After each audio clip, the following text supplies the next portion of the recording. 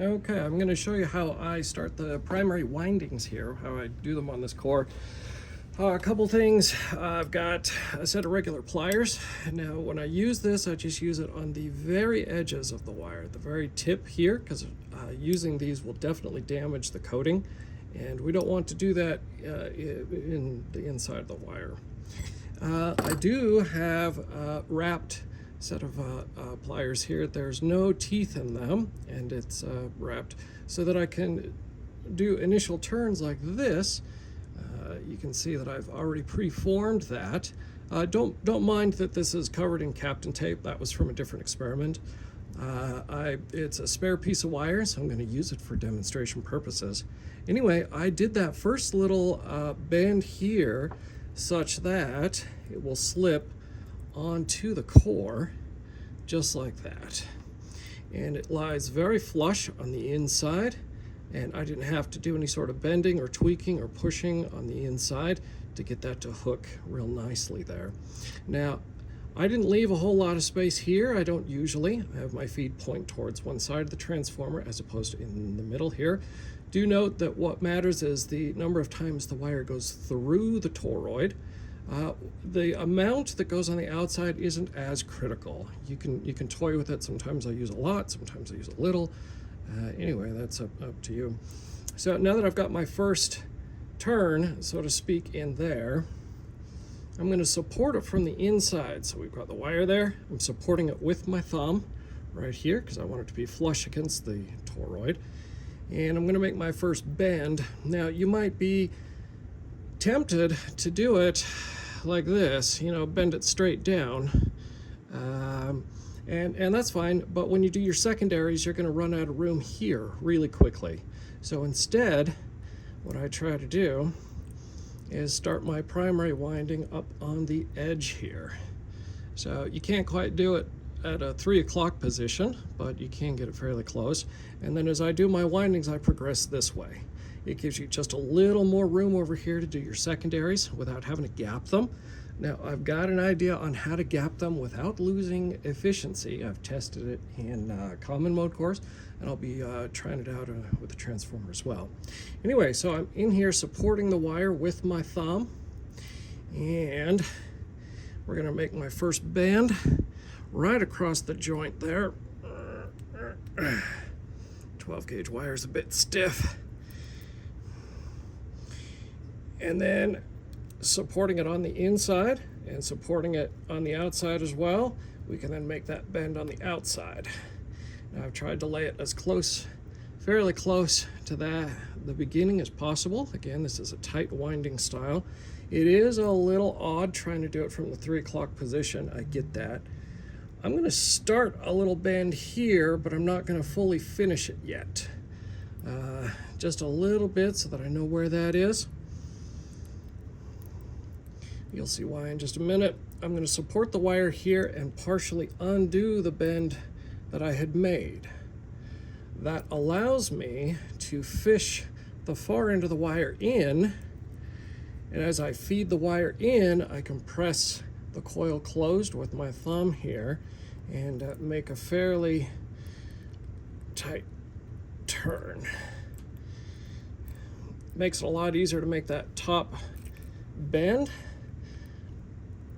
just like so.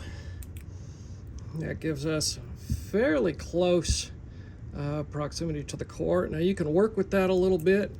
Before you make this last inner bend, you can work with that wire in your thumb to really get it nice and close. That is pretty darn tight. We'll press down again on the inside of the core, see if we can shore that up.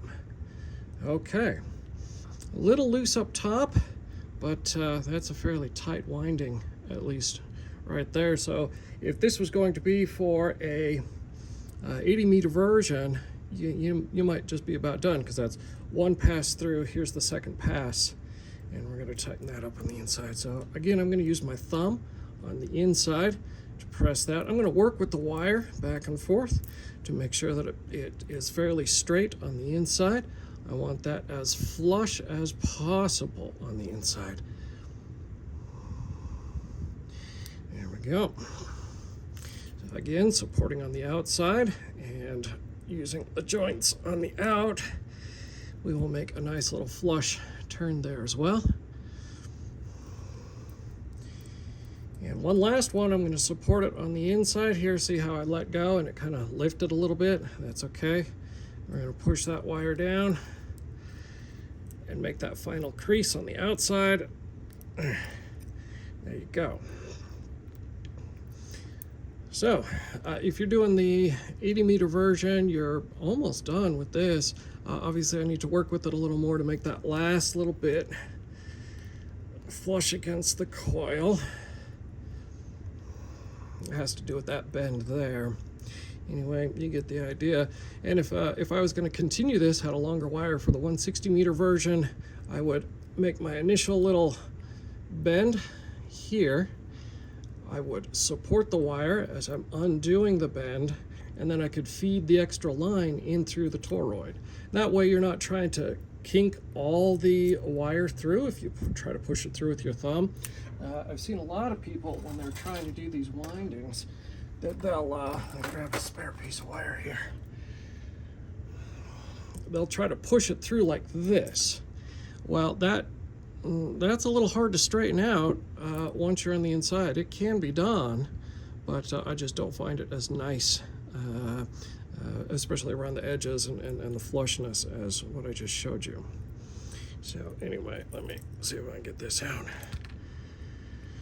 There we go. Now, to actually make the connections, you can take your pliers and you can grab the little end there and tweak it up. I'm going to do that now.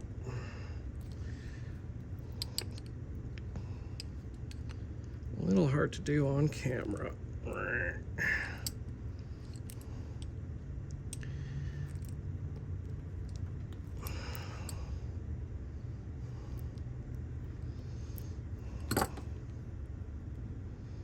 Make sure everything's nice and tight together. Anyway, you can see I made a little basic portion there that I can start tapping into. You can scrape the wire off that little bit, or the coating off the wire and that little bit, and use that as one part of your connection. Probably would have been smart to make that little turn ahead of time, you know, pre-manufacture as you're hooking it onto the toroid, and that way you don't have to do any tweaking around with it after the fact.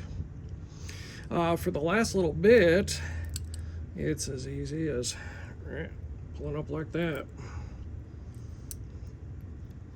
So now you've got 2 points. You can trim this up a bit and make sure that you know, you don't have a huge tail here, but still have some nice solder points.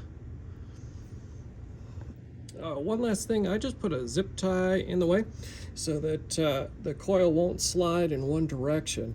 It'll certainly slide in the other if you wanted to, but I don't. My goal was to have a tight winding style, and so that gives me something to push against. This is UV rated, so it can be outside. We're not using it to actually hold the structure together, and once you got the windings in place, they're not going to go too far.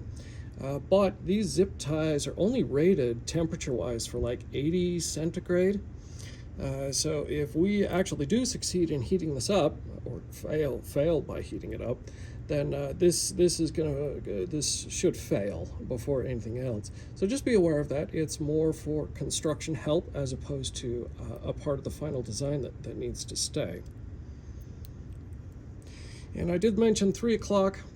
The way that I started winding it looks like I might be in the 9 o'clock position.